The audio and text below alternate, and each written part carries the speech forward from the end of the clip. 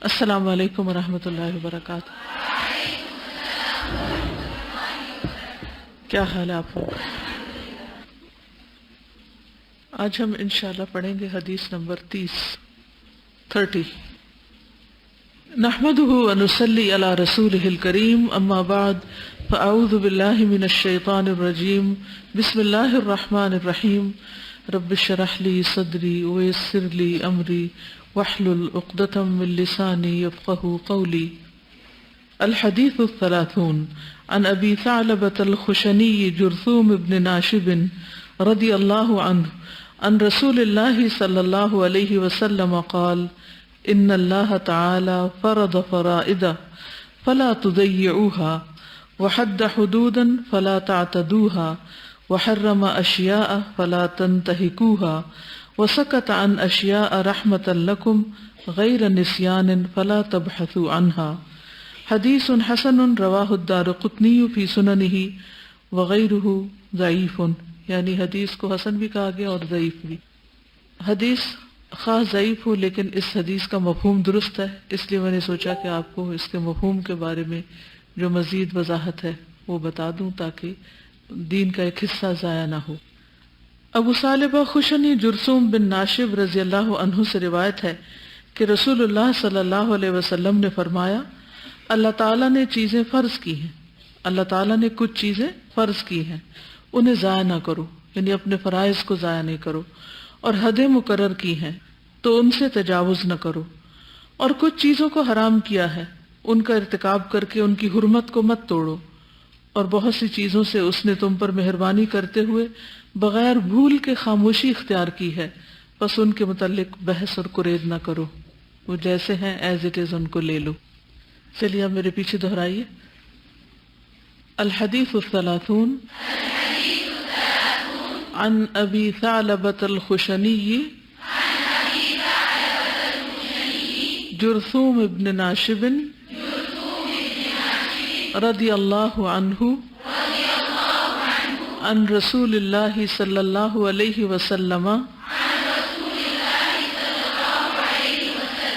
قال ان اللہ تعالی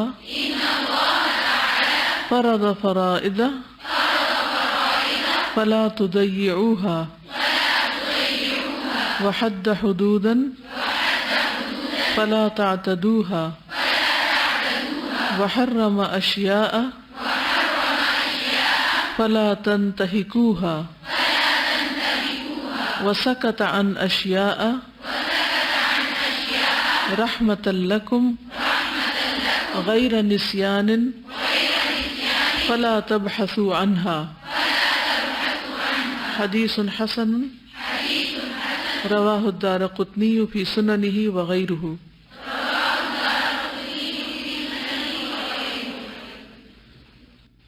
اس کا لفظی ترجمہ ان ابی ثعلبۃ الخشنی، ابو ثعلبہ الخشنی جرثوم بن ناشب رضی اللہ عنہ، اللہ ان سے راضی ہو جائے، ان سے روایت ہے ان رسول اللہ صلی اللہ علیہ وسلم، وہ رسول اللہ صلی اللہ علیہ وسلم سے روایت کرتے ہیں، قال کہ آپ نے فرمایا، ان اللہ تعالی بے شک اللہ تعالی نے فرض فرائض مقرر کیے ہیں کچھ فرائض، فلا تضيعوها تو مت ضائع کرو ان کو، وحد حدودا اور مقرر کی ہیں کچھ حدیں، فلا تعتدوها تو ان سے تجاوز نہ کرو، وحرم اشیاء اور حرام کی ہیں کچھ چیزیں، فلا تنتهكوها تو ان کی حرمت کو نہ توڑو، وسکت عن اشیاء اور خاموشی اختیار کی ہے کچھ چیزوں سے، رحمۃ لکم تم پر رحمت کرتے ہوئے، غیر نسیان بغیر بھولے، فلا تبحثوا عنها تو ان کے بارے میں بحث قرید نہ کرو۔ حدیث اگرچہ ضعیف ہے لیکن اس کا مفہوم درست ہے اور اس کے درج ذیل دلائل ہیں، انشاءاللہ حدیث کے الفاظ کے ساتھ ساتھ دلائل قرآن و سنت سے آپ کے سامنے رکھتی چلی جاؤں گی۔ سب سے پہلی بات جو اس میں کی گئی ہے وہ یہ ہے کہ بے شک اللہ تعالیٰ نے کچھ فرائض مقرر کیے ہیں تو تم ان کو ضائع نہ کرو، لیکن صرف یہ نہیں بلکہ اوور آل حدیث کے مفہوم سے متعلق ایک اور حدیث ہمیں ملتی ہے السلسلہ صحیحہ میں جس میں آتا ہے نبی صلی اللہ علیہ وسلم نے فرمایا اللہ تعالیٰ نے جو اپنی کتاب میں حلال کیا ہے وہ حلال ہے، اور جو حرام کیا ہے وہ حرام ہے، اور جن چیزوں سے خاموشی اختیار کی ہے وہ معاف ہے، تم اللہ تعالیٰ سے اس کی معافی قبول کرو اور آپ کا رب بھولنے والا نہیں۔ تو یہ حدیث ملتی جلتی ہے جو کہ صحیح حدیث ہے اس حدیث سے جو کہ ضعیف ہے۔ ایک اور روایت ہے صحیح بخاری کی، نبی صلی اللہ علیہ وسلم نے فرمایا حلال بھی کھلا ہوا ہے اور حرام بھی ظاہر ہے، لیکن ان دونوں کے درمیان کچھ مشتبہ چیزیں ہیں، بس جو شخص ان چیزوں کو چھوڑ دے جن کے گناہ ہونے یا نہ ہونے میں شبہ ہے تو وہ ضرور ان چیزوں کو تو چھوڑ ہی دے گا جن کا گناہ ہونا ظاہر ہے۔ یعنی جو شک والی چیزیں چھوڑ دے گا وہ پھر کس کو چھوڑ دے گا؟ حرام کو بھی چھوڑ دے گا، گناہوں کو بھی چھوڑ دے گا۔ لیکن جو شخص شبہ کی چیزوں کے کرنے کی جرت کرے گا تو قریب ہے کہ گناہوں میں مبتلا ہو جائے، جو مشکوک چیزیں کر لے گا وہ گناہ بھی کر لے گا، تو وہ ان گناہوں میں مبتلا ہو جائے گا جو بالکل واضح ہیں۔ یاد رکھو گناہ اللہ تعالیٰ کی چراگاہ ہے، جو جانور بھی چراگاہ کے ارد گرد چرے گا اس کا چراگاہ کے اندر چلا جانا غیر ممکن نہیں۔ چراگاہ ہوتے جیسے باغ ہوتا ہے جس میں جانور چرتے ہیں، جا کر چارہ وغیرہ ہوتا ہے، تو گناہ بھی چارے کی طرح ہے کہ جیسے جانوروں کے اندر اٹریکشن ہوتی ہے چارہ کھانے کی، ایسے انسانوں کے اندر کچھ غلط کاموں کی اٹریکشن ہوتی ہے، وہ ان کے امتحان کے لیے، ٹیسٹ کے لیے رکھی گئی ہے۔ تو اگر انسان ان کے قریب بھی جائے گا کہ نہیں میں اندر تو نہیں جا رہا، بس میں دیکھ رہا ہوں دور سے کہ کیسا لگتا ہے، تو ایک دن اس کے اندر بھی جا پڑے گا۔ تو اس لیے بہتر ہے کہ انسان ایسی چیزوں کی طرف نظر اٹھا کے بھی نہ دیکھے۔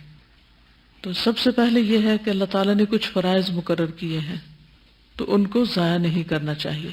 ان اللہ تعالیٰ فرض فرائض فلا تضیعوها۔ فرض سے کیا چیز مراد ہوتی؟ فرض کیا ہوتا ہے؟ جس کا کرنا لازمی ہو اور جس کو چھوڑنے کا گناہ ہو، ٹھیک ہے، جیسے نمازیں، 5 نمازیں، روزہ، حج، زکوٰۃ، ٹھیک ہے، والدین کے ساتھ نیکی کا سلوک، نیک سلوک، حسن سلوک جس کا قرآن حکم دیتا ہے، صلہ رحمی۔ الغرض اتنے فرائض ہیں کہ جن کو انسان شمار نہیں کر سکتا، تو ہمیں کیا حکم دیا جا رہا ہے کہ ان کو ضائع نہیں کرنا، ان فرائض کو ادا کرنا ہے، ان پر عمل کر کے ان کی حفاظت کرنا ہے۔ تو فرض وہ چیز ہے جس کو قطعی طور پر واجب کیا گیا ہو کہ لازمی کرنی ہے، چھٹی نہیں اس میں۔ فرض کا لفظی معنی ہوتا ہے کاٹنا۔ قرآن مجید میں یہ لفظ کہاں استعمال ہوا ہے؟ لا فارض ولا بکر، بالکل۔ وحد حدودا فلا تعتدوها، اور اللہ تعالیٰ نے کچھ حدود مقرر کی ہیں ان سے تجاوز نہ کرو، حدود سے آگے نہ بڑھو۔ حدود کا لفظ حد سے ہے، حد کہتے ہیں روکنا، روکنا، حد مقرر کر دی نہیں، روک لگا دی، اسی سے وہ معنی آتا ہے حد بندی کا جو زمینوں میں کی جاتی ہے کہ ایک شخص کی زمین دوسرے کی زمین سے سپریٹ کر دی جاتی ہے، اور ہر شخص صرف اپنی زمین کے اندر رہ سکتا ہے، کاشتکاری کر سکتا ہے، کسی دوسرے کی زمین میں مداخلت نہیں کر سکتا۔ تو اصطلاح میں اس کا معنی ہوتا ہے واجبات اور محرمات۔ حدود سے مراد واجبات اور محرمات۔ چنانچہ واجبات وہ حدود ہیں جن سے تجاوز نہیں کیا جائے گا، اور محرمات وہ حدود ہیں جن کے قریب نہیں جایا جائے گا، یعنی محرمات کے قریب بھی نہیں پھٹکا جائے گا۔ مثلا زنا ہے، چوری ہے، اس کے قریب بھی نہیں پھٹکنا۔ بعض نے یہ بھی کہا کہ حدود سے مراد شرعی سزائیں ہیں، جیسے زنا، چوری وغیرہ کے جرائم کی سزائیں ہیں۔ تو قرآن مجید میں اللہ تعالیٰ فرماتے ہیں تلک حدود اللہ فلا تعتدوها، یہ اللہ کی حدیں ہیں سو ان سے آگے مت بڑھو۔ اور ایک جگہ پر آتا ہے تلک حدود اللہ فلا تقربوها، ٹھیک ہے، کہ یہ اللہ کی حدیں ہیں ان کے قریب بھی نہ جاؤ، جیسے عدت کا معاملہ ہے۔ تو اس سے کیا پتہ چلتا ہے کہ جو چیزیں اللہ تعالیٰ نے حرام قرار دی ہیں ان میں جانے سے پہلے ہی روک لگا لو، دیوار قائم کر لو اپنے اور اس چیز کے درمیان کہ وہاں تک نہیں جانا، کیونکہ اس کے قریب جانے کی بھی اجازت نہیں ہے، ٹھیک۔ اور کچھ چیزیں اللہ نے حرام قرار دی ہیں فلا تنتہکوها، تو ان کی ہتک نہ کرو۔ تنتہکو کا لفظ ہتک سے، ہتک عزت کا کیا ہوتی ہے؟ کسی کی عزت پامال کرنا، یس، حرمت توڑنا مراد ہے، یعنی اس کا پردہ چاک نہ کرو۔ مثلا زنا، شراب نوشی، قذف، بہت سی حرام کردہ چیزیں ہیں جن کو شمار نہیں کیا جا سکتا. ان حرام چیزوں کی حرمت کو پامال نہ کرو، یعنی ان کو حلال نہ قرار دو یا ان کے قریب نہ پھٹکو. اور کچھ امور ہیں جن پر اللہ نے خاموشی اختیار کی ہے، نہ انہیں حرام کیا ہے نہ فرض قرار دیا ہے. کچھ امور کو کیا کیا اللہ تعالیٰ نے؟ نہ حرام قرار دیا ہے، نہ حلال، نہ انہیں فرض قرار دیا ہے. ان کے بارے میں سکوت اختیار کیا ہے. اس کا یہ مطلب نہیں کہ اللہ تعالیٰ بھول گئے تھے. اللہ تعالیٰ کو اچھی طرح پتا تھا، کیونکہ بھول چوک اللہ تعالیٰ کو لاحق نہیں ہوتی. قرآن مجید میں آتا ہے وَمَا كَانَ رَبُّكَ نَسِيًّا، تمہارا رب بھولنے والا ہے ہی نہیں. تو مطلب یہ ہے کہ اللہ سبحانہ وتعالیٰ نے جان بوجھ کے ان چیزوں کو چھوڑ دیا بندوں پر رحمت کرتے ہوئے. کیونکہ اگر ہر چیز کو، ہر کام کو حلال یا حرام بتایا جاتا تو پھر زندگی کتنی مشکل ہو جاتی. لیکن اب بھی کئی لوگوں نے اپنی زندگی مشکل کی بھی ہے. ہر بات پہ یہ سوال کرتے ہیں یہ فرض ہے، یہ سنت ہے، یہ حرام ہے، یہ حلال ہے. تو جو حرام اور حلال ہے وہ تو بالکل واضح ہے، اور کچھ چیزیں جو ہیں ان کو چھوڑ دیا گیا، نہ حرام قرار دیا گیا نہ حلال قرار دیا گیا. تو اگر کوئی شخص ان چیزوں کو کر لیتا، مثلا آپ یہاں اس وقت بیٹھ کے پڑھ رہے ہیں تو ہم کیا کہیں گے؟ یہ حلال ہے، حرام ہے. حلال حرام کی بات نہیں ہے، اس میں ایک اچھا کام کرنے کے لیے ایک وسعت ہے کہ آپ نیچے بیٹھ کے پڑھیں، آپ کرسی پہ بیٹھ کے پڑھیں، آپ چھوٹے گروپ میں پڑھیں، آپ بڑے گروپ میں پڑھیں. تو زندگی میں الاصل فی الامور الاباحہ، ہر چیز حلال ہے، اس کی اباحت ہے، وہ مباح ہے جب تک کہ وہ حرام ڈکلیئر نہ کر دی جائے. تو بہت ساری چیزوں کو حرام حلال کی کیٹیگری میں نہیں رکھا گیا، ان کو چھوڑ دیا گیا ہے تاکہ لوگوں کے لیے سہولت ہو، الا یہ کہ کوئی چیز روکی گئی ہو یا اس کی حد بندی کی گئی ہو. تو ایسی چیزوں کے بارے میں کیا فرمایا؟ فلا تبحثوا عنہا. بحث اصل میں کہتے ہیں پرندے کا اپنے پنجوں کے ساتھ زمین کو ادھیڑنا. جیسے کوا، وہ کیا کرتا ہے؟ قرآن مجید میں کوے کا ذکر آیا نا، یبحث فی الارض، وہ زمین کو کرید رہا تھا تاکہ اپنے بھائی کی لاش کو چھپا سکے. وہ حابیل قابیل کے قصے میں آتا ہے کہ کس طرح انسان کو دفن کرنے کا طریقہ ایک کوے نے سکھایا تھا ابتدا میں، جب پہلے انسان کو مار دیا گیا تھا اس کی باڈی کو چھپانے کے لیے. تو سب سے پہلے چیز اس میں کیا آتی ہے؟ یہ جتنے بھی احکام ہیں اس حدیث میں، جتنی بھی باتیں آئی ہیں، ان سب کے دلائل قرآن و سنت سے ہمیں ملتے ہیں. تو اس لیے اس حدیث کو پڑھ لینے میں حرج نہیں ہے. سب سے پہلی چیز یہ ہے ان اللہ تعالی فرض الفرائض فلا تضيعوها. اللہ نے کچھ چیزوں کو فرض قرار دیا، انہیں ضائع نہ کرو. جیسے نماز ہے تو نماز کا ضائع کرنا کیا ہوگا؟ آپ کیا سمجھتے ہیں؟ نماز کو ضائع کرنے کا کیا مطلب ہے؟ قرآن مجید میں بھی آتا ہے وَخَلَفُوا مِن بَعْدِهِمْ خَلْفٌ أَضَاعُوا الصَّلَاةَ. ان کے بعد ایسے برے جانشین آئے کہ جنہوں نے نماز کو ضائع کر دیا. نماز کیسے ضائع ہوتی ہے؟ وقت پہ نہ پڑھنا، سستی کرنا اس میں، اس کے اندر جو طریقے ہیں، جو آداب ہیں اس کے، جو شرائط ہیں اس کی، جو ارکان ہیں اس کے، ان کو پوری طرح ادا نہ کرنا، ریاکاری کرنا، سنت کے مطابق نہ پڑھنا. ٹھیک ہے؟ تو جو فرائض اللہ نے عائد کیے ہیں ہمیں ان کو ضائع نہیں کرنا. قرآن مجید میں آتا ہے حافظوا علی الصلوات والصلاۃ الوسطی، اپنی نمازوں کی حفاظت کرو، خصوصاً درمیانی نماز کی. وقوموا للہ قانتین، اور اللہ کے لیے فرما بردار بن کر کھڑے ہو جاؤ. پھر اسی طرح فرائض کی ادائیگی سے کوئی بھی چیز غافل نہ کرے. جیسے جمعہ کی نماز کے بارے میں کیا آتا ہے، یعنی مردوں کے لیے خصوصی طور پر کہ اذا نودی من صلاۃ الجمعۃ فسعوا الی ذکر اللہ وذروا البیع، خاص طور پر حکم دیا گیا. کیا اس پر ہمارے معاشرے میں حکم پر عمل ہوتا ہے کہ جو کہا کہ دوڑو نماز کی طرف اور تجارت چھوڑ دو؟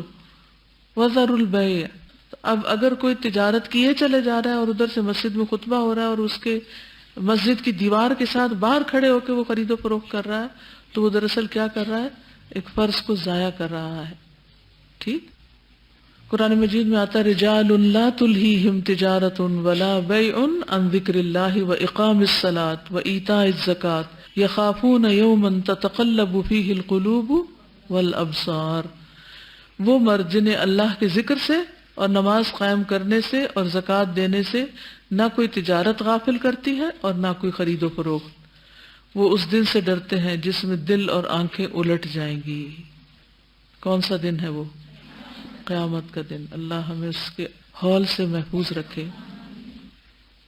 پھر اسی طرح فرائض کی حفاظت کرنے والوں کے بارے میں قرآن مجید میں آتا ہے والذین هم لأماناتهم وعہدهم راعون والذین هم بشہاداتهم قائمون والذین هم علی صلاتهم یحافظون. سورۃ المعارج. اور جو اپنی امانتوں اور عہد کا پاس رکھتے ہیں اور جو اپنی شہادتوں پر راست بازی سے قائم رہتے ہیں اور جو اپنی نمازوں کی محافظت کرتے ہیں. یہ ساری حفاظت سے متعلق چیزیں ہیں. جو حفاظت کرے اس کے لیے جنت کی خوشخبری ہے. رسول اللہ صلی اللہ علیہ وسلم نے فرمایا 5 باتیں ہیں جو ان کو ایمان کے ساتھ بجا لایا جنت میں داخل ہوگا. 5 کام جو کرے گا وہ جنت میں داخل ہوگا. تیار ہے آپ کرنے کے لیے؟ پھر غور سے سنیے. جس نے 5 نمازوں کی حفاظت کی ان کے وضو، رکوع، سجود اور اوقات کے ساتھ. کس کس کے ساتھ؟ وضو، رکوع، سجود اور اوقات کے ساتھ.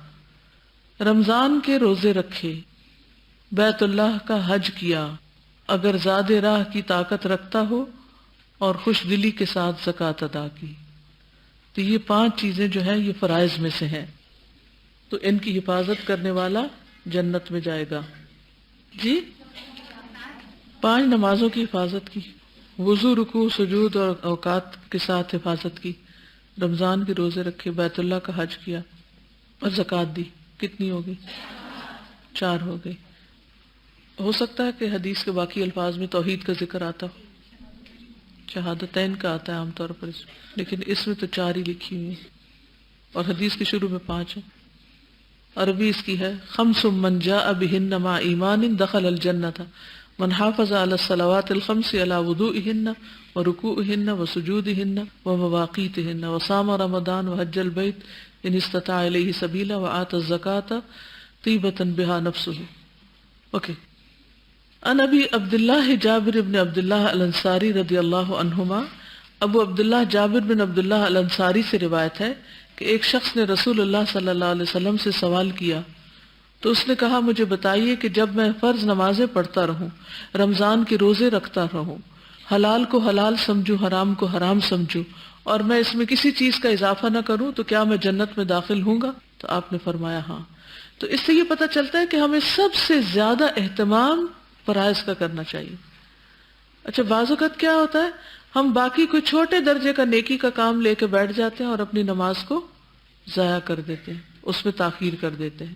تو اس سے بچنے کی ضرورت ہے. ایک اور روایت سے بھی پتہ چلتا ہے کہ فرائض میں کمی نہ کرنے والا جنتی ہے. تو ہمیں فرائض میں کمی نہیں کرنی.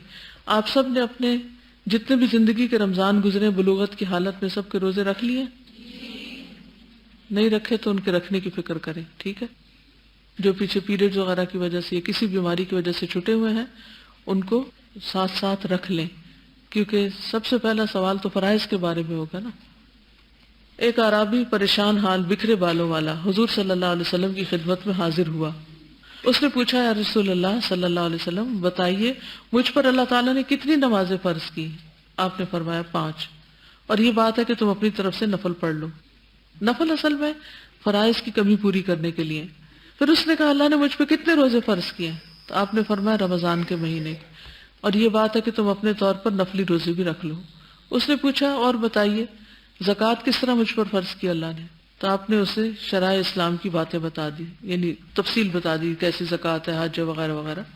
اس عرابی نے کہا اس ذات کی قسم جس نے آپ کو عزت دی ہے، میں اس سے جو اللہ نے مجھ پہ فرض کیا ہے نہ کچھ بڑھاؤں گا نہ گھٹاؤں گا. اس پر رسول اللہ صلی اللہ علیہ وسلم نے فرمایا اگر اس نے سچ کہا تو یہ فلاح پا گیا، کامیاب ہو گیا، اگر سچ کہا تو جنت میں جائے گا. تو اس لیے فرائض کو مضبوطی سے پکڑ لینا چاہیے اور کسی بھی قیمت پر اور چھوٹے موٹے عذر بہانے کی بنا پر اس کو چھوڑنا نہیں چاہیے. اذان ہوتے ہی نماز کی فکر کرنی چاہیے، کیونکہ ہمیں نہیں معلوم کہ ڈھیل دیتے دیتے اس کا وقت گزر جائے یا کوئی اور آفت آ جائے کہ انسان اپنے فرض کو پورا نہ کر سکے. اسی طرح فجر کی نماز کی خاص طور پر فکر کرنی چاہیے. عشاء کی نماز میں انسان اگر تھکا ہوا ہو تو فوراً پڑھنے کی فکر کرنی چاہیے، اور پھر پڑھتے وقت بھی وضو درست ہونا چاہیے، رکوع سجود درست ہونے چاہیے، طریقہ درست ہونا چاہیے۔ ابو بصرہ غفاری سے روایت ہے، فرماتے ہیں کہ رسول اللہ صلی اللہ علیہ وسلم نے ہمارے ساتھ مخمس میں عصر کی نماز پڑھی۔ مخمس میں، یہ جگہ کا نام ہے، وہاں آپ نے عصر کی نماز ادا کی۔ پھر آپ نے فرمایا یہ نماز تم سے پہلی امتوں پر بھی فرض کی گئی تھی، ان پر پیش کی گئی تھی تو انہوں نے اس کو ضائع کر دیا۔ یعنی عصر کی نماز پہلی امتوں پر بھی تھی، جو آدمی اس کی حفاظت کرے گا اسے دوہرا اجر ملے گا، کیونکہ خاص طور پر اس کی حفاظت کی تاکید کی گئی ہے۔ تو اس کی حفاظت سے مراد یہ کہ اس کے وقت کی حفاظت، کیونکہ وہ دن کا ایسا وقت ہوتا ہے جس کا ٹائم بھی کم ہوتا ہے اور کام کاج بھی انسان کو سمیٹنے ہوتے ہیں رات سے پہلے پہلے، بعض اوقات دن بھر کے کاموں سے تھکاوٹ بھی ہو چکی ہوتی ہے، بعض لوگ قیلولہ اتنا لمبا کر لیتے ہیں کہ عصر کی نماز جو ہے وہ قضا ہو جاتی ہے یا بہت دیر ہو جاتی ہے اس میں، تو اس سے بھی بچنے کی ضرورت ہے۔ اب اگر کوئی فرائض کو، پہلے تو یہ کہ احادیث ہمیں بہت ساری مل رہی ہیں، آیات مل رہی ہیں کہ جس سے پتہ چلتا ہے کہ فرائض کی حفاظت کرنے کی ضرورت ہے، لیکن اگر کوئی نہیں کرتا تو اس کی سزا کیا ہے؟ سورۃ مریم 59 میں آتا ہے فَخَلَفَ مِن بَعْدِهِمْ خَلْفٌ أَضَاعُوا الصَّلَاةَ وَاتَّبَعُوا الشَّهَوَاتِ فَسَوْفَ يَلْقَوْنَ غَيًّا۔ پھر ان کے بعد ان کی نالائق اولاد جانشین بنی۔ نالائق اولاد یعنی پہلے ماں باپ تو نیک تھے لیکن بچے نالائق نکلے، جنہوں نے نماز کو ضائع کر دیا اور اپنی خواہشات کے پیچھے لگ گئے، پس عنقریب وہ جہنم کے گڑھے میں جا پڑیں گے۔ عنقریب وہ جہنم کے گڑھے میں جا پڑیں گے۔ اس سے کیا پتہ چلتا ہے کہ بھلے کسی کے ماں باپ بہت نیک ہوں، نمازی ہوں، تہجد گزار ہوں، صدقہ خیرات خوب کرتے ہوں، لیکن اگر اولاد اپنے ماں باپ کے اس طریقے پر نہیں تو ماں باپ اپنی نیکی کی وجہ سے اولاد کو جہنم میں گرنے سے نہیں بچا سکتے۔ یہ تو آپ نے جو جرنی ٹو ایٹرنیٹی کا پڑھا تھا اس میں آپ نے دیکھا کہ کس طرح مختلف مقامات پر مومن، کافر اور منافق کا رستہ الگ ہو جاتا ہے۔ کافر کو پل صراط سے نہیں گزرنا، صرف مومن اور منافق کو گزرنا ہے۔ تو اس میں وہ حدیث میں آتا ہے نا کہ لوگ پل صراط سے پروانوں کی طرح جہنم میں گر رہے ہوں گے۔ یہ کفار نہیں ہوں گے، ان میں سے بہت سے جو بظاہر لا الہ الا اللہ پڑھنے والے ہوں گے، لیکن ان کا قصور کیا ہوگا؟ انہوں نے اپنے فرائض کو ضائع کیا۔ اچھا، کیا آپ کسی ایسے انسان کو جانتے ہیں جو مسلمان ہوتے ہوئے نماز نہ پڑھتا ہو؟ ہاتھ کھڑا کیجئے۔ سب کا ہاتھ کھڑا ہے، سب کا ہاتھ کھڑا ہے۔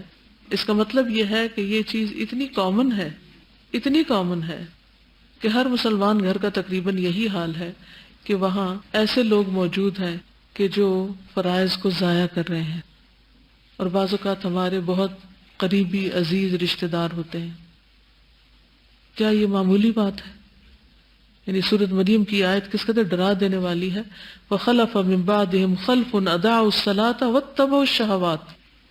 نمازیں کیوں ضائع کرتے ہیں؟ وَاتَّبَعُوا الشَّهَوَاتِ، خواہشات کے پیچھے لگ کے، جیسے نیند، ضرورت سے زائد نیند، ضرورت سے زائد کھانا پینا، سیر و تفریح، گیجٹس کے ساتھ لگے رہنا، میچ وغیرہ دیکھنے میں مصروف رہنا اور نماز چھوڑ دینا، ڈرامہ سیریلز وغیرہ کے پیچھے، یعنی کوئی بھی جس بھی چیز کی ایڈکشن ہے یا خواہش ہے ان چیزوں کے پیچھے پڑ کے۔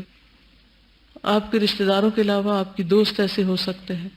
یہ اتنی کامن پریکٹس ہو گئی ہے کہ جس کو اب برا بھی نہیں سمجھا جاتا، اسے ایکسپٹ کر لیا گیا کہ ہاں ایسا ہوگا، حالانکہ حدیث میں صاف طور پر آتا ہے کہ ایمان اور کفر میں فرق کرنے والی چیز نماز ہے۔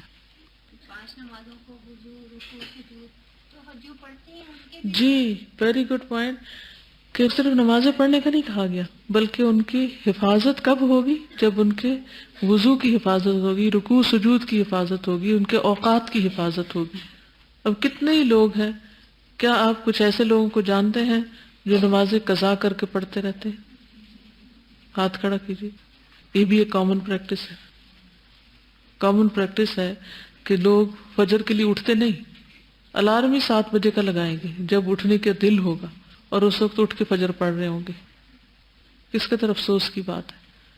پھر کتنے لوگ ہیں جن کو صحیح وضو کرنا نہیں آتا، صحیح الفاظ ہی نہیں آتے نماز کے، رکوع اور سجدے کی چوری عام ہے، وہ صرف ایسے جھٹکا دیتے ہیں نیچے۔ تو اس لیے فرائض کی ادائیگی بے حد ضروری ہے، ان کو ضائع کرنے سے بچنا چاہیے۔ سورہ طٰہٰ میں جو آیت آتی ہے 132، وہ بہت موٹیویشنل آیت ہے کہ وَأْمُرْ أَهْلَكَ بِالصَّلَاةِ وَاصْطَبِرْ عَلَيْهَا لَا نَسْأَلُكَ رِزْقًا نَحْنُ نَرْزُقُكَ وَالْعَاقِبَةُ لِلتَّقْوَىٰ۔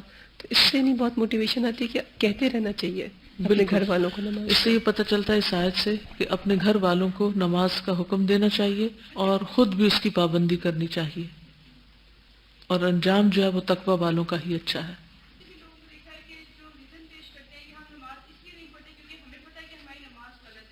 انہیں کہیں آئے ہم آپ کی مدد کرتے ہیں اور آپ کو نماز صحیح کروا دیتے ہیں۔ یعنی کچھ لوگ شرم کے مارے کہ انہیں نماز کے الفاظ ہی صحیح نہیں آتے یا ادائیگی ٹھیک نہیں، ان سب کو یہاں دعوت دیجیے، ہم نماز صحیح کرنے کی ایک کلاس شروع کر سکتے ہیں جس میں صرف نماز صحیح کرانے کا کام ہو A to Z، تاکہ کوئی اس ڈر سے کہ میری نماز ٹھیک نہیں تو پڑھنے کا فائدہ نہیں ہوگا، پڑھنا نہ پڑھنا برابر ہے۔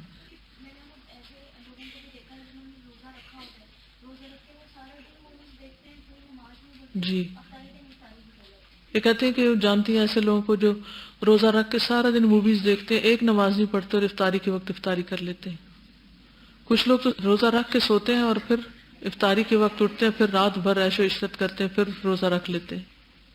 قرآن مجید میں آتا ہے وَالْتَفَّتِ السَّاقُ بِالسَّاقِ إِلَىٰ رَبِّكَ يَوْمَئِذٍ الْمَسَاقُ فَلَا صَدَّقَ وَلَا صَلَّىٰ وَلَٰكِنْ كَذَّبَ وَتَوَلَّىٰ، اور پنڈلی پنڈلی کے ساتھ لپٹ جائے گی، اس دن تیرے رب ہی کی طرف روانگی ہے، سو نہ اس نے تصدیق کی اور نہ نماز ادا کی، اور لیکن اس نے جھٹلایا اور منہ پھیر لیا۔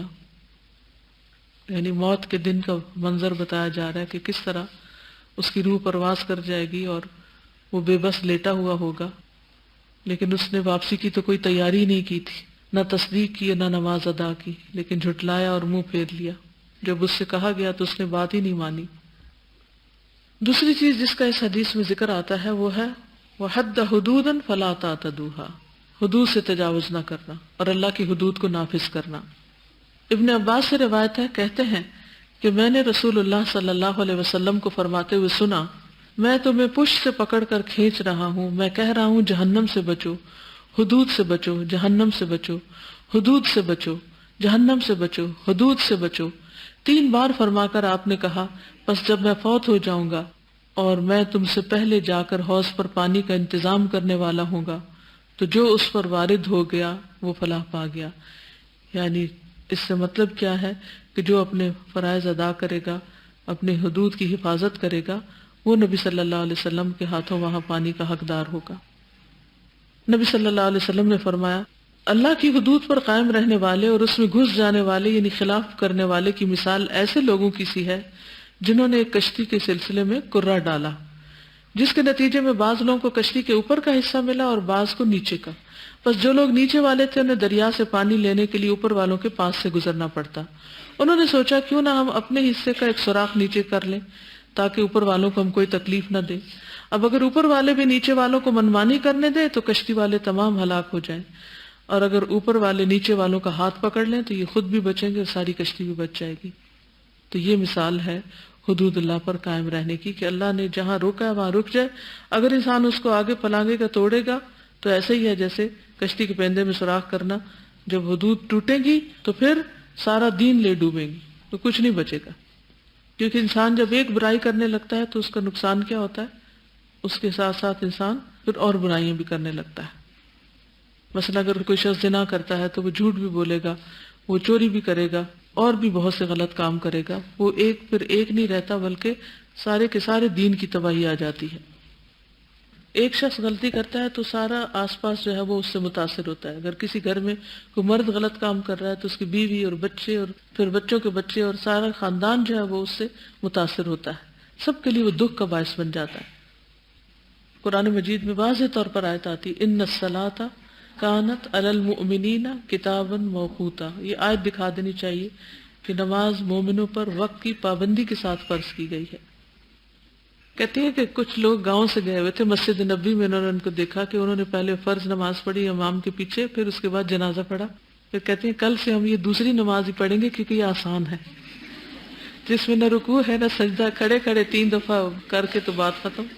کتنا ضروری ہے آپ میں سے ہر شخص کسی نہ کسی کو کچھ نہ کچھ سکھانے والا ہو۔ جہاں کسی کا پتہ چلے کہ عمرے پہ جا رہا ہے، اس کو کیسی کتاب دیں، اس کے ساتھ ڈسکس کریں، اسے کہ میں حاضر ہوں، مجھ سے کوئی سوال کریں آپ.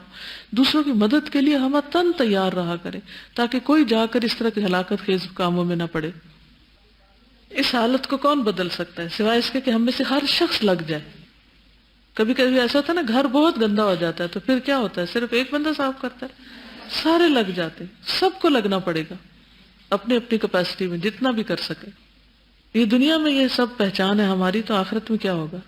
ہم کچھ ایسے لوگوں کو دیکھتے ہیں کہ جو 5 وقت نماز نہیں پڑھ رہے ہوتے ہیں لیکن کچھ نہ کچھ اس میں کمی ہوتی ہے. کچھ ایسے لوگوں کو جو بالکل نماز پڑھتے ہی نہیں ہیں، ان دونوں کے کچھ اجر میں فرق ہوگا. پڑھتے ہیں لیکن ان کو بھی اپنا درست کرنا چاہیے، کیونکہ نماز جو صحیح نہیں ہوتی وہ پڑھنے والے کے منہ پہ مار دی جاتی ہے. اور میں نے بہت سے ایسے لوگوں کو دیکھے جو نماز بہت لیٹ اور کئی دفعہ سنت کے خلاف پڑھ رہے ہوتے ہیں، تو جب میں نے انہیں سمجھایا تو وہ کہتے ہیں ہم نماز پڑھتے تو ہیں نا. احسان کرتے ہیں. وَوَيْلٌ لِّلْمُصَلِّينَ الَّذِينَ هُمْ عَنْ صَلَاتِهِمْ سَاهُونَ. تو وہ جب بھی نماز کا ٹائم ہوتا تھا تو وہ وضو کرتے تھے اور بڑی تسلی کے ساتھ نا ادھر نماز پڑھ لیتے تھے. تو ان کے ساتھ انہوں نے کہا کہ جتنی میری ٹیم تھی کوئی نماز نہیں پڑھتی تھی، اور بلکہ وہ مجھے دیکھ کے حیران ہو رہے ہوتے تھے کہ یہ اپنا کام چھوڑ کے نماز پڑھا ہوتا ہے. تو وہ مجھے کہتے تھے کہ تم اپنا آدھا ٹائم جاب کا تو نماز میں گزار دیتے ہو، تو تنہا تو تم پوری لیتے ہو. تو میں ان کو کہتا تھا کہ آپ لوگ بھی پڑھا کریں، اللہ میاں جو نماز پڑھتا ہے اس کو زیادہ برکت والی دیتا ہے تنہا. بالکل. ایک اسلامی ملک ہے، انڈرسٹوڈ ہے کہ یہ نمازوں کے اوقات کی جاب ہے، اس کے اندر نمازیں آئیں گی اور وہ تو کاؤنٹڈ ہونی چاہیے پہلے سے. نواس بن سمان انصاری رضی اللہ عنہ سے مروی ہے کہ رسول اللہ صلی اللہ علیہ وسلم نے فرمایا، اللہ نے ایک مثال بیان فرمائی ہے کہ ایک صراط مستقیم ہے، سیدھا راستہ. اب امیجن کرتے جائیں، ٹھیک ہے، اسٹریٹ لائن جس کے دونوں جانب دیواریں ہیں. ٹھیک، ایک راستہ ہے جس کے دونوں جانب دیواریں ہیں. ان دیواروں میں دروازے کھلے ہوئے ہیں، دروازوں پر پردے لٹک رہے ہیں. راستے کے مرکزی دروازے پر یعنی درمیان میں ایک سینٹرل ڈور ہے جس پر ایک پکارنے والا کھڑا ہے، داعی کھڑا ہے. لوگوں سب کے سب اس میں داخل ہو جاؤ، دائیں بائیں منتشر نہ ہونا، یعنی سب اس دروازے سے اندر آ جاؤ. اور ایک داعی راستے کے بیچ میں پکار رہا ہے. جب کوئی شخص ان میں سے کوئی دروازہ کھولنا چاہتا ہے تو اس سے کہتا ہے اسے مت کھولنا، اس لیے کہ اگر تم نے اسے کھول لیا تو اس میں داخل ہو جاؤ گے. یعنی اصل دروازے سے داخل ہو، اس میں نہیں جانا، چھوٹے میں نہیں. صراط مستقیم سے مراد اسلام ہے. یہ جو وہ سیدھا رستہ تھا وہ کیا ہے؟ اسلام. دیوار سے مراد حدود اللہ ہے. کھلے ہوئے دروازے اللہ کی حرام کردہ چیزیں ہیں. اور راستے کے مرکزی دروازے پر جو داعی ہے وہ قرآن کریم ہے. اور راستے کے عین بیچ میں جو ہے وہ ہر مسلمان کے دل میں اللہ کا واعظ ہے. یعنی اللہ نے جو ایک بصیرت رکھی ہے ہر انسان کے اندر کہ اندر سے بھی انسان کو ضمیر اس کا پکارتا ہے کہ یہ نہیں کرنا، یہ غلط کام ہے. قرآن بھی بتاتا ہے کیا صحیح ہے اور کیا غلط ہے. پھر بھی اگر کوئی اسلام میں داخل نہیں ہوتا اور وہ ادھر ادھر دائیں بائیں نکل جاتا ہے تو حرام چیزوں میں پڑ جائے گا اور اس کا اسلام ضائع ہو جائے گا، وہ رستے سے بھٹک گیا. دیکھیے جنت کا راستہ تو اسلام کے رستے پر چل کے اینڈ میں آتا ہے نا، صراط مستقیم کے اینڈ میں آتا ہے.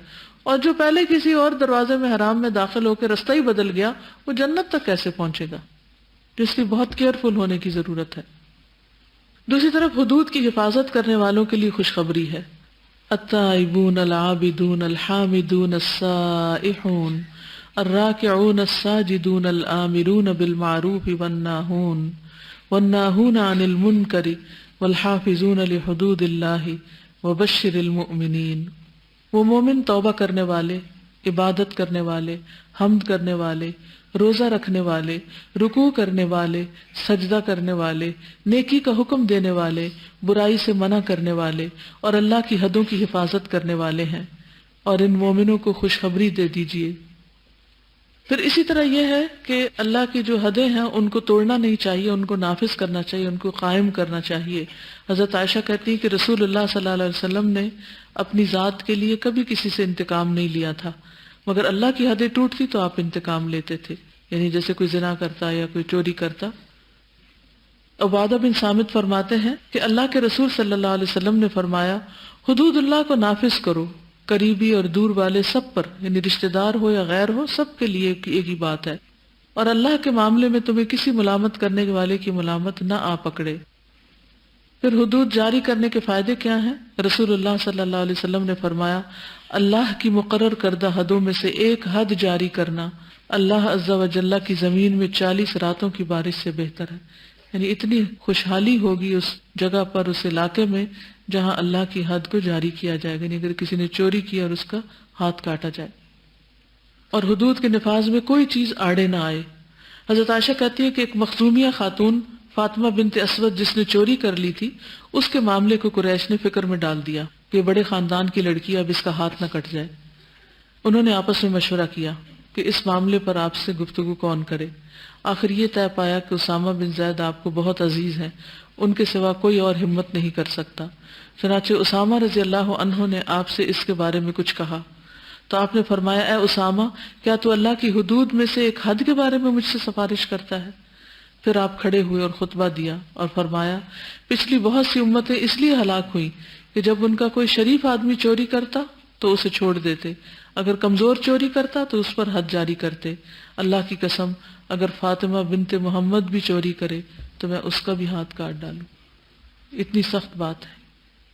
تو حدیں کیا ہے؟ جیسے چوری، شراب، زنا وغیرہ. تو اگر کوئی اس کا ارتکاب کرے تو اس کو سزا دی جائے، یہ ہے مطلب حد جاری کرنے کا. اور اس میں اوروں کی بات نہیں. فرمایا کہ اگر محمد صلی اللہ علیہ وسلم کی بیٹی فاطمہ بھی چوری کرے تو اس کا بھی ہاتھ کاٹا جائے گا. یعنی کسی کے ساتھ کوئی رعایت نہیں، سب کے ساتھ انصاف کا برتاؤ. پھر حدیث کے الفاظ ہیں وَحَرَّمَ أَشْيَاءَ فَلَا تَنْتَهِكُوهَا، کہ اس نے کچھ چیزیں حرام کی ہیں، ان کی حرمت نہ توڑو، یعنی حرام کام نہ کرو. ٹھیک ہے؟ کیا حکم ہے؟ حرام کام نہیں کرو. حرام کیا کیا ہے؟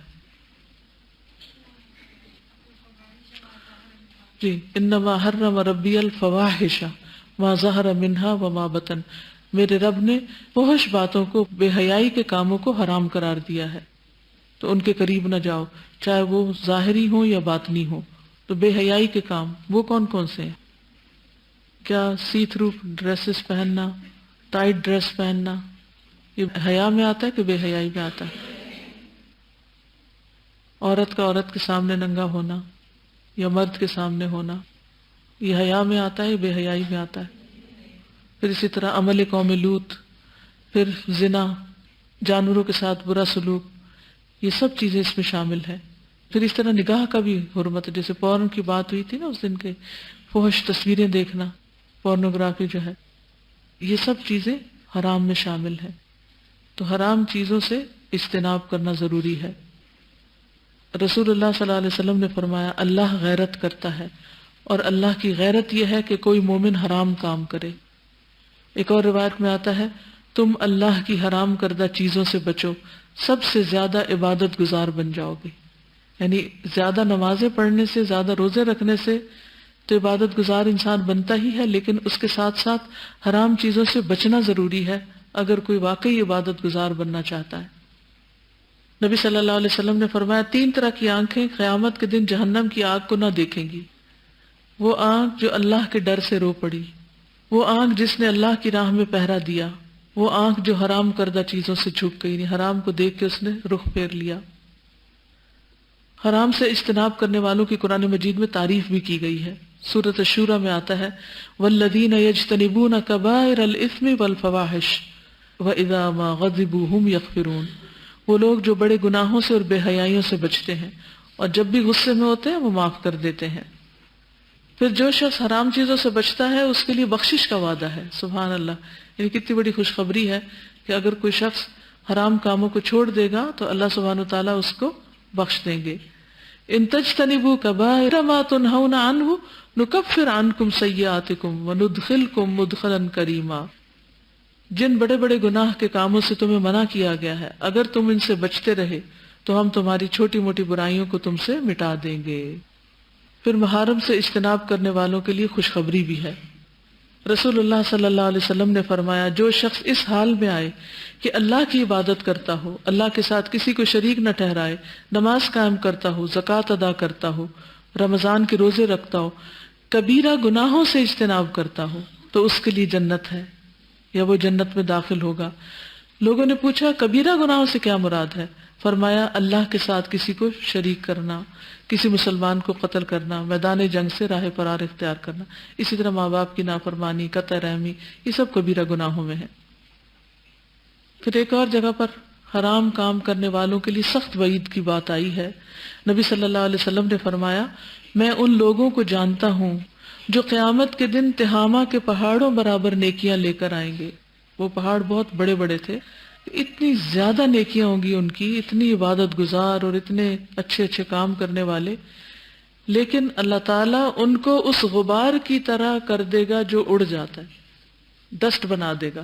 صوبان نے عرض کیا اے اللہ کے رسول، ان لوگوں کا حال ہم سے بیان کر دیجئے اور کھول کر بیان کر دیجئے تاکہ ہم لا علمی میں ایسے لوگوں میں شامل نہ ہو جائیں۔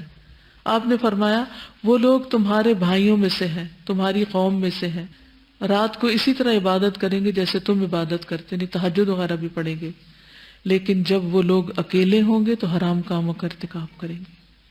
یعنی لوگوں کے سامنے تو نیک بنے رہیں گے، چھپ کے حرام کام کریں گے جن سے اللہ اور اس کے رسول صلی اللہ علیہ وسلم نے روکا ہے۔ اب جتنے بھی گیجٹس وغیرہ ہیں ان میں اگر کوئی فحش تصویریں ہیں یا کوئی بھی اور غلط کام ہے جو ہم ماں باپ سے چھپ کے یا بچ کے یا لوگوں کی نظروں سے بچ کے کرتے ہیں، ان سب کو چھوڑ دینا چاہیے، کیونکہ اس کے ساتھ پھر عبادت بھی ضائع ہونے کا اندیشہ ہے۔ اب اس کا یہ مطلب نہیں کہ عبادت چھوڑ دے۔ عقل مند کون ہوگا، عبادت چھوڑ دے گا یا حرام چھوڑے گا؟ کیونکہ عبادت چھوڑنے سے تو تباہی ہی تباہی ہے، اور حرام کرتے رہنے سے بھی تباہی ہی تباہی ہے۔ تو کیا کوئی عقل مند اپنے لیے تباہی مول لے سکتا ہے؟ نہیں۔ تو بہتر یہی ہے کہ انسان دیکھیے گناہ کیا ہے، پتہ ہے آپ کو گناہ کیا ہے؟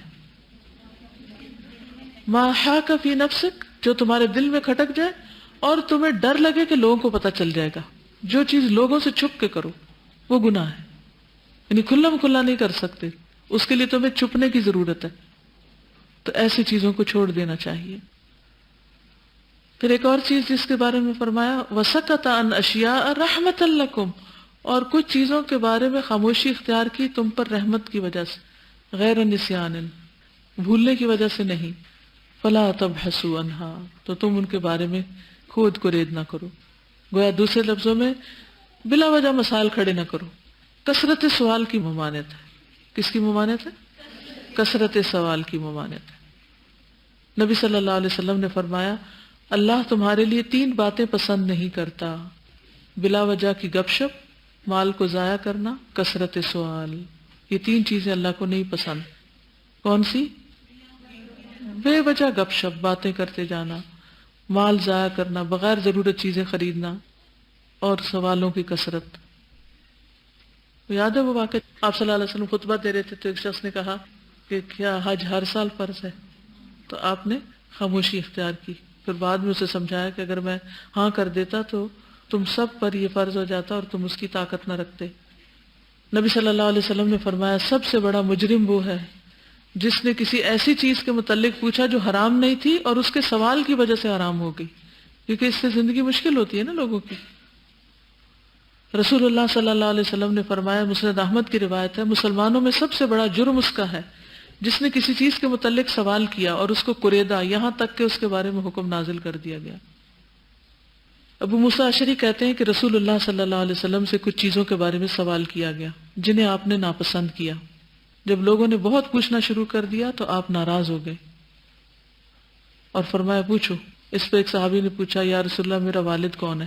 آپ نے فرمایا حذیفہ۔ دوسرے نے پوچھا میرا کون ہے؟ فرمایا شیبہ۔ جب حضرت عمر نے آپ کے چہرے پر غصے کے آثار دیکھے تو عرض کیا ہم اللہ عز و جل کی بارگاہ میں آپ کو غصہ دلانے سے توبہ کرتے ہیں۔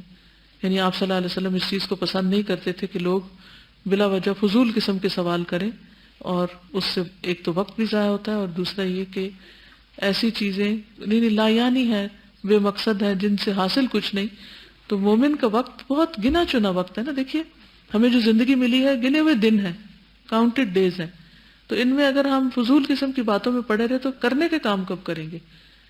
تو اس لیے عقل مند وہی ہے جو ہر لمحہ سوچ سمجھ کے استعمال کرے اور فضول باتوں کے پوچھنے سے بھی بچے۔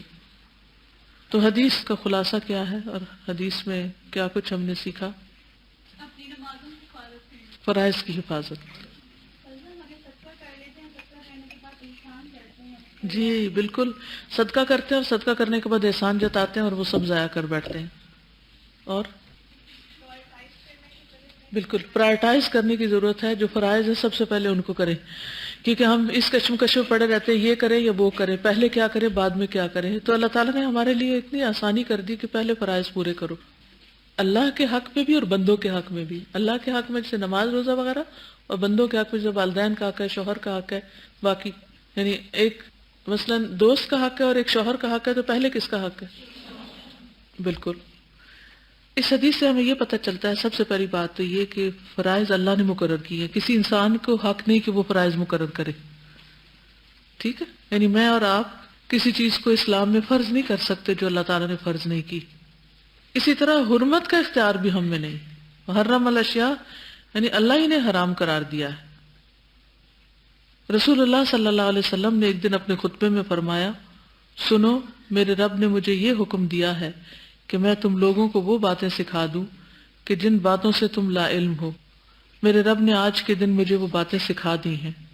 میں نے اپنے بندے کو جو مال دیا ہے وہ اس کے لیے حلال ہے، اور میں نے اپنے سب بندوں کو حق کی طرف رجوع کرنے والا پیدا کیا ہے، لیکن شیاطین ان کے پاس آ کر انہیں ان کے دین سے بہکاتے ہیں، اور میں نے اپنے بندوں کے لیے جن چیزوں کو حلال کیا وہ ان کو حرام قرار دیتے ہیں، اور وہ ان کو ایسی چیزوں کو میرے ساتھ شریک کرنے کا حکم دیتے ہیں جس کی کوئی دلیل میں نے نازل نہیں کی. یعنی بعض اوقات لوگ حلال چیزوں کو بھی اپنے اوپر حرام کر لیتے ہیں. مثلا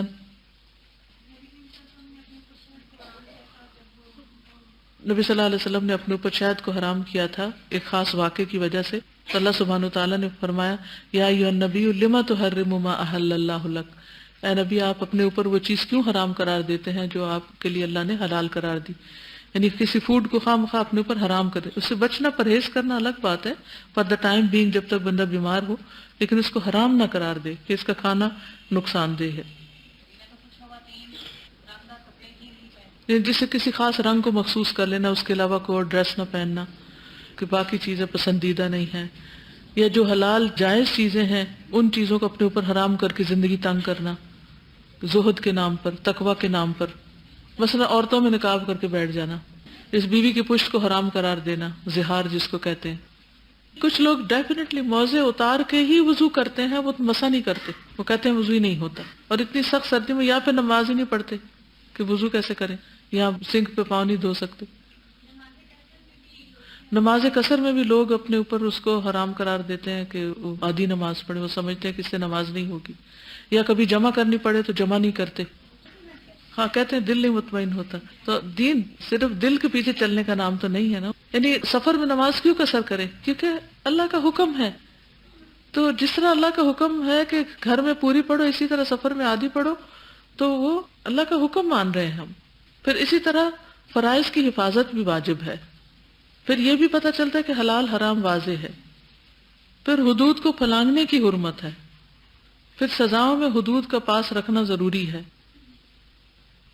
پھر یہاں اللہ تعالیٰ کی ایک صفت پتہ چل رہی ہے، خاموش رہنا. اللہ تعالیٰ نے سکوت اختیار کی، نہیں اللہ تعالیٰ جب چاہے بولتا ہے اور جب چاہے خاموش رہتے. پھر حرام کا ارتکاب نہ کرنا، جس کے بارے میں خاموشی ہے اس میں خاموشی اختیار کرنا، اس میں اپنی طرف سے حکم نہ دینا. جیسے قیامت کے بارے میں سوال کہ کب آئے گی، روح کے بارے میں سوال کرنا، یا ایسی چیزوں کے بارے میں جو علم الغیب سے تعلق رکھتی ہیں. متشابہات کے پیچھے پڑنا جو قرآن مجید میں آیات ہیں. پھر اس حدیث سے بھی پتہ چلتا ہے کہ اللہ تعالیٰ ہم پر رحمت کرتا ہے، کیونکہ رحمت کی وجہ سے اس نے کچھ چیزوں میں بحث کرنے سے منع کیا ہے. اور یہ بھی پتہ چلتا ہے کہ دین آسان ہے، استطاعت سے زیادہ بوجھ نہیں ڈالا گیا. نیکی اور گناہ کی جزا سزا میں اللہ کی رحمت ہے. اللہ تعالیٰ سے نسیان کی نفی کی گئی ہے، تیرا رب کبھی بھولنے والا نہیں. تو یہ ہیں چند فائدے جو حدیث سے متعلق ہمیں ملتے ہیں. جی وعلیکم السلام. استاذہ مجھے آپ سے پوچھنا تھا کہ ایک تو میرا اپنا پرسنل ایکسپیرینس یہ ہے کہ گھر میں چونکہ ہم لوگ خواتین ہیں، تو فادر سے زیادہ جتنا مدرس کا رول ہوتا ہے نماز میں بچوں کو پابندی کرانے میں، وہ ان کا نہیں ہو سکتا.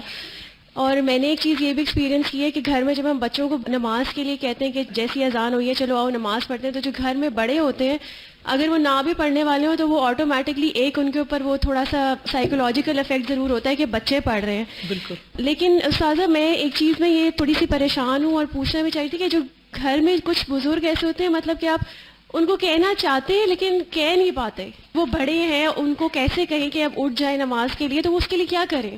اس میں یہ ہے کہ انسان ایک تو اپنا عمل ان کے سامنے جاری رکھے, شاید دیکھ کے کبھی ان کو خیال آ جائے. دوسرا یہ ہے کہ ایسے لیکچر سننے کو دیں یا ایسی محفلوں میں لے جائیں یا کہیں سے تو کوئی خیر کی بات کان میں جائے کہ دل پگھلے اور پھر عمل میں آئے. وہی میں بتا رہی ہوں کہ مطلب اب آپ جیسے کہتے ہیں نا کہ وہ انٹرٹینمنٹ اتنی ایک بلا ایک ہمارے گھروں میں ایک اس وقت موجود ہے کہ ڈرامہ دیکھ لیں گے, سب کچھ کر لیں گے, تب کچھ بھی نہیں ہوتا. لیکن اگر لیکچر میں جانے کی بات کریں یا سننے کی بات کریں تو کوئی تیار نہیں ہوتا کہ بس پھر دعا ہی کریں, اللہ دلوں کو کھولے. کیا ہو سکتا ہے, ہمارے پاس تو یہی ذرائع ہیں, اور طریقے تو ہمارے پاس ہیں نہیں. کوئی جادو کی چھڑی تو ہے نہیں کہ ہم ان پہ پھیریں, تو وہ بھی اللہ کے اذن سے اثر کرتی ہے اور وہ کرنا بھی منع ہے. دعا کر سکتے ہیں, آسان طریقے سے بتا سکتے, جا کے شیئر کر سکتے ہیں, آج میں نے یہ سنا ہے, پڑھا ہے. کوئی نہ کوئی ایسے مواقع ہوتے ہیں, حکمت کے ساتھ ان مواقع کو استعمال کریں کہ جس میں کوئی غم کی خبر آتی ہے, کوئی پریشانی کی بات آتی ہے, تو اس وقت انسان کہتا ہے کہ ہمیں اللہ کی طرف رجوع کرنا چاہیے, کیونکہ اللہ تعالیٰ بندے کو اس لیے آزمائش میں ڈالتا ہے کہ بندہ اللہ کی طرف دنیا میں ہی پلٹ کے توبہ کر لے. تو ہر وقت نہ صحیح, لیکن ایسے مواقع پر جب ذرا سا دل نرم ہو. سنتوں کے بارے میں بتائیں. ہم میں سے اکثر لوگ صرف فرض پڑھ لیتے ہیں اور کہتے ہیں سنتیں ضروری نہیں. مستقل طور پر سنت کو چھوڑنا جو ہے یہ درست نہیں ہے. کبھی کسی مجبوری میں ہو گیا تو ہو گیا, کبھی سوچے کتنی دیر لگتی ہے. آپ کو پتا ہے کہ اس شخص کے لیے جو دن کی 12 سنتیں پوری کرتا ہے جنت میں گھر کی بشارت ہے, تو کیسے آپ چھوڑ دیتے ہیں؟ نماز کا طریقہ سکھانے پہ کلاس رکھی جائے. انشاءاللہ وہ کتاب چھپ رہی ہے. میرا ارادہ اسی طرح آپ کو جیسے عقیدہ واسطیہ پڑھا ہے تو نماز کی کتاب بھی پڑھاؤں گی انشاءاللہ تعالی. چلیے, سبحانک اللہم و بحمدک, اشہد ان لا الہ الا انت, استغفرک و اتوب الیک. السلام علیکم و رحمۃ اللہ وبرکاتہ. نحمده و نصلی علی رسولہ الکریم, اما بعد, فاعوذ باللہ من الشیطان الرجیم, بسم اللہ الرحمن الرحیم. رب اشرح لي صدري ويسر لي امري واحلل عقدة من لساني يفقهوا قولي. الحديث 31 ازهد في الدنيا يحبك الله. عن ابي العباس سهل بن سعد الساعدي رضي الله عنه قال جاء رجل الى النبي صلى الله عليه وسلم فقال يا رسول الله دلني على عمل اذا عملته احبني الله واحبني الناس. فقال ازهد في الدنيا يحبك الله وازهد فيما عند الناس يحبك الناس. حدیث حسن رواہ ابن ماجہ. ابو العباس سہل بن سعد الساعدی روایت کرتے ہیں کہ ایک آدمی نے نبی صلی اللہ علیہ وسلم کی خدمت میں حاضر ہو کر عرض کیا, اے اللہ کے رسول صلی اللہ علیہ وسلم, مجھے ایسا عمل بتائیے کہ جب میں وہ کروں تو اللہ تعالیٰ مجھ سے محبت کرے اور لوگ بھی مجھ سے محبت کریں. آپ صلی اللہ علیہ وسلم نے فرمایا, دنیا سے بے رغبت ہو جاؤ, اللہ تم سے محبت کرے گا, اور جو کچھ لوگوں کے پاس ہے اس سے بے نیاز ہو جاؤ, لوگ تم سے محبت کریں گے. کتنے مختصر الفاظ میں, کتنے خوبصورت انداز میں نبی صلی اللہ علیہ وسلم نے اتنی قیمتی باتیں بتا دی کہ ہمیں اللہ کی محبت کیسے حاصل ہو سکتی ہے اور بندوں کی محبت کیسے حاصل ہوتی ہے. آج آپ دیکھیں کہ اس موضوع پر کتابیں لکھی گئی ہیں, لائبریریوں کی لائبریریاں بھری ہوئی ہیں کہ کس طرح لوگوں کی اٹینشن لیں, کس طرح ہم کامیاب زندگی بسر کریں, کس طرح لوگوں کے دل میں گھر کریں, اور اس پر بہت کچھ لکھا گیا ہے. لیکن نبی صلی اللہ علیہ وسلم کے یہ چند الفاظ اگر ان پر عمل کر لیا جائے تو ساری مشکلات حل ہو جائیں. محبت کا جذبہ انسان کے اندر اس کی پیدائش کے ساتھ ہی رکھ دیا گیا ہے. ہر انسان محبت کرتا بھی ہے اور اس سے محبت بھی کی جاتی ہے, اور وہ چاہتا ہے کہ اس سے کوئی محبت کرے. لیکن عام طور پر آپ نے دیکھا ہوگا کہ دنیا میں انسان جس بھی چیز سے محبت کرتا ہے بعض اوقات اسی چیز سے زیادہ دکھ ملتا ہے. مثلا ہمیں خواتین کو سب سے زیادہ محبت اپنی اولاد سے ہوتی ہے اور ان کے لیے ہم سب کچھ قربان کر دیتے, اور کچھ بھی ہو جائے وہ محبت دل سے کوئی چیز نکال نہیں سکتی، اور نکالنے کا حکم بھی نہیں ہے کہ اسے نکال دو. لیکن آپ نے دیکھا ہوگا کہ سب سے زیادہ تکلیف بھی اولادی سے پھر ہوتی، کیونکہ ان سے ہماری ایکسپیکٹیشن زیادہ ہوتی. اسی طرح دیگر بندے ہیں اور لوگ ہیں، اسی طرح دنیا کی باقی چیزیں ہیں. قرآن مجید میں اللہ تعالیٰ کئی چیزوں کا ذکر کر کے فرماتے ہیں زُيِّنَ لِلنَّاسِ حُبُّ الشَّهَوَاتِ مِنَ النِّسَاءِ وَالْبَنِينَ وَالْقَنَاطِيرِ الْمُقَنطَرَةِ مِنَ الذَّهَبِ وَالْفِضَّةِ وَالْأَنْعَامِ وَالْحَرْثِ، کہ لوگوں کے لیے دنیا کی چیزوں میں سے کچھ چیزوں کی جو خواہش ہے اس کی محبت رکھ دی گئی ہے، جس میں بیٹے ہیں، عورتیں ہیں، مال کے ڈھیر ہیں سونے چاندی کے، پھر اسی طرح انعام، مویشی اور کھیتیاں اور باقی چیزیں. پھر اللہ تعالیٰ فرماتے ہیں کیا میں تمہیں اس سے زیادہ بہتر چیز نہ بتاؤں؟ پھر اللہ تعالیٰ آخرت کا ذکر کرتے ہیں کہ وہاں جو کچھ ملنے والا ہے وہ ہمیشہ کے لیے اور پائیدار. تو جن چیزوں کی محبت اللہ نے ہمارے دلوں میں ڈال دی ہے وہ ہمارے لیے ایک بہت بڑی آزمائش بھی ہے.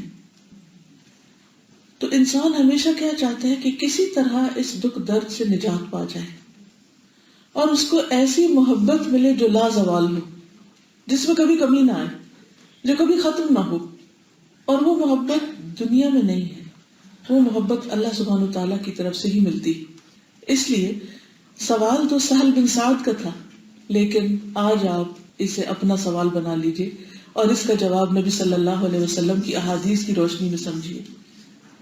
ابراہیم بن ادھم کہتے ہیں کہ ایک آدمی نے نبی صلی اللہ علیہ وسلم کی خدمت میں حاضر ہو کر عرض کیا، اے اللہ کے رسول صلی اللہ علیہ وسلم، مجھے ایسا عمل بتائیے کہ جب میں کروں تو اللہ تعالیٰ مجھ سے محبت کرے اور لوگ بھی مجھ سے محبت کریں. آپ نے فرمایا وہ عمل جس کی وجہ سے اللہ تم سے محبت کرے گا وہ دنیا سے زہد اختیار کرنا ہے، اور وہ عمل جس کی وجہ سے لوگ تم سے محبت کریں گے وہ یہ ہے کہ دنیا کا جو سامان تمہارے ہاتھ میں ہے وہ ان کی طرف ڈال دو، یعنی شیئرنگ کی عادت. تو جب تم لوگوں کو دینے والوں بنو گے تو لازماً تمہاری محبت ان کے دلوں میں پیدا ہو جائے گی. تو بات ہم یہ کر رہے تھے کہ اس شخص کے دل میں دو حاجتیں تھی کہ کس طرح اللہ کی محبت ملے اور کس طرح بندوں کی محبت ملے، کیونکہ بندوں کی محبت کی بھی ضرورت ہوتی ہے. انسان یہ نہیں کہہ سکتا کہ میں بندوں سے بالکل ہی بے نیاز ہو کر رہ سکتا ہوں اور مجھے کسی کی محبت نہیں چاہیے اور مجھے کوئی دوست نہیں چاہیے اور مجھے اولاد کی محبت نہیں چاہیے. جھوٹ ہوگا اگر کوئی یہ کہے. ہمیں چاہیے، ہم انسان ہیں، محبت ہماری ایسی ہی ضرورت ہے جیسی کھانا پینا. اور یہی وجہ ہے کہ جو بچے محبت کے ساتھ پلتے ہیں ان کی شخصیت کچھ اور ہوتی، اور جن بچوں کو بچپن میں محبتوں سے محرومیاں ہو جاتی ہیں، جو خاندانوں سے دور پلتے ہیں یا پھر والدین کی آپس میں لڑائی کی وجہ سے بچوں کی طرف والدین توجہ نہیں دے پاتے، تو ان کی شخصیتیں بکھر جاتی. تو اس لیے یہ ایسی چیزیں جو انسان کی ضرورت ہے، جس سے انسان کے عمل کی قوت زیادہ ہو جاتی، اس کے اندر ایک کانفیڈنس آ جاتا ہے، ایک یقین کی کیفیت پیدا ہو جاتی. وہ محسوس کرتا ہے کہ واقعی کچھ کر رہا ہے. وہ چھوٹا سا بچہ بھی آپ دیکھیے کہ جب آپ اس کی طرف پیار کی نظر سے دیکھتے ہیں تو اس کا رویہ بدل جاتا ہے. میں پچھلے دنوں گلاسکو میں تھی، جب واپس آئی تو ہماری ایک اسٹوڈنٹ نے ٹیکسٹ کیا کہ میرے دونوں بچے رات کو آرگیو کر رہے تھے کہ ہم میں سے کس کو ڈاکٹر فرحت کی اسمائل زیادہ ملی. ایک کہہ رہا تھا مجھے ملی ہے، دوسرا کہہ رہا تھا مجھے ملی. تو یقین مانیے میں نے تو نوٹس بھی نہیں کیا کہ میں نے ان بچوں کو دیکھ کر بہت اسمائل بھی کیا ہے، لیکن یہ مجھے بچے ہمیشہ سے اچھے لگتے ہیں. تو جب میں دیکھتی تھی تو پیار سے دیکھتی تھی، بس اتنی سی ہلکی سی. تو لیکن بچوں نے اسے کیسے محسوس کیا؟ انہوں نے اس پیار کو محسوس کر لیا اور ایک دوسرے سے مقابلہ کر رہے ہیں. تو محبت ایسی چیز ہے جسے کہتے ہیں نا محبت فاتح عالم. دنیا مال و دولت سے پتہ نہیں ہوتی، محبتوں سے پتہ ہو جاتی ہے. نبی صلی اللہ علیہ وسلم نے بھی اپنے دشمنوں کے دل محبتوں سے کانکر کیے ہیں. اور یہ ایک ایسی چیز ہے جس کے دینے میں کچھ بھی نہیں لگتا، لیکن عام طور پر ہم دینے کے بجائے لینا چاہتے ہیں کہ لوگ ہمیں محبت دیں. تو آپ ان کی محبت بھی چاہتے ہیں، تو اس کا نسخہ یہ گر نبی صلی اللہ علیہ وسلم نے بتا دیا. اللہ تعالیٰ کی محبت حاصل کرنے کے لیے آپ نے فرمایا کہ زہد اختیار کرو. اب زاہدہ کا نام آپ نے سنا ہوگا، زاہد، زہد. تو زہد کیا چیز ہوتی؟ زہد کا مطلب ہوتا ہے کسی چیز سے بے رغبتی اختیار کرنا، یعنی اس کی لالچ نہ ہونا، اور خاص طور پر اس کی لالچ نہ ہونا جو کسی اور کے پاس ہے. تو ایسے موقع پر پھر کیا سوچے انسان؟ کوئی چیز کسی کے پاس ہوتی ہے، اچھی لگتی ہے، تو پھر کیا کرے؟ اس پر خوش ہو اور اس کے لیے برکت کی دعا کرے اور اللہ سے اللہ کا فضل مانگے کہ یا رب تو نے سب کو دیا، تو میری ضروریات بھی پوری کر. لیکن جو لوگوں کے پاس ہے اس کے پیچھے نہ پڑے, ان سے حسد نہ کرے, لالچ نہ رکھے, ان کے پیچھے پڑ کے ان سے مانگے نہیں. ازہد یعنی حدیث کے الفاظ کیا ہے؟ ازہد فی الدنیا یحبک اللہ. دنیا میں جو کچھ ہے اس سے زہد اختیار کرو تو اللہ تعالیٰ تم سے محبت کریں گے. اب آپ دیکھیے کہ زہد کا معنی سمجھنے کی ضرورت ہے کہ کس چیز سے زہد, کیا زہد؟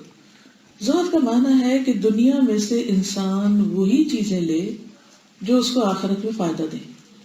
یعنی دنیا میں کچھ بھی وہ لے رہا ہے تو یہ سوچے کہ یہ جو میں کچھ حاصل کر رہا ہوں یہ میری آخرت کے لیے کتنا بینیفیشل ہے, اور کس طریقے پر, اور کہاں سے, کیوں کر. اس سے اگلا مرتبہ ورع کا ہوتا ہے, واو رے عین, ورع. اور ورع کہتے ہیں دنیا کا وہ کام جو دین میں نقصان دیتا ہے اس کو چھوڑ دے. زہد کیا ہے؟ دنیا سے وہ چیز لے جو آخرت میں فائدہ دے اور باقی سے بے رغبت ہو جائے. اور ورع کیا ہے؟ وہ چھوڑ دے جو آخرت میں نقصان دیتا ہے. چاہے دنیا کا فائدہ مگر آخرت کا نقصان ہے, اس کو چھوڑ دے. اب آپ دیکھیں کہ جو چیزیں فائدہ نہیں دیتی آخرت میں وہ کیا ہے. یہ ہر ایک کے لیے مختلف ہے. مثلا حضرت داؤد علیہ السلام اور حضرت سلیمان علیہ السلام کو اللہ سبحانہ وتعالیٰ نے دنیا کی عظیم الشان بادشاہت عطا کی تھی. ان کو اللہ تعالیٰ نے اس دور میں ہزاروں سال پہلے وہ وسائل دیے تھے کہ وہ ایک جگہ سے دوسری جگہ ہوا پہ بیٹھ کے چلے جاتے تھے. یعنی سمجھو جیسے ہوائی جہاز. اس دور میں داؤد علیہ السلام کے ہاتھوں تانبا جو تھا وہ ان کے ہاتھوں میں اللہ نے اتنی قوت رکھی تھی کہ وہ پکڑتے تھے اور وہ میلٹ ہو جاتا تھا اور اس کو اپنی مرضی سے جو چاہتے تھے بناتے تھے. بلکہ وہ اتنی باریک تار بناتے تھے جس سے جنگی لباس تیار کرتے تھے. یعنی تھریڈ, پیتل کا تھریڈ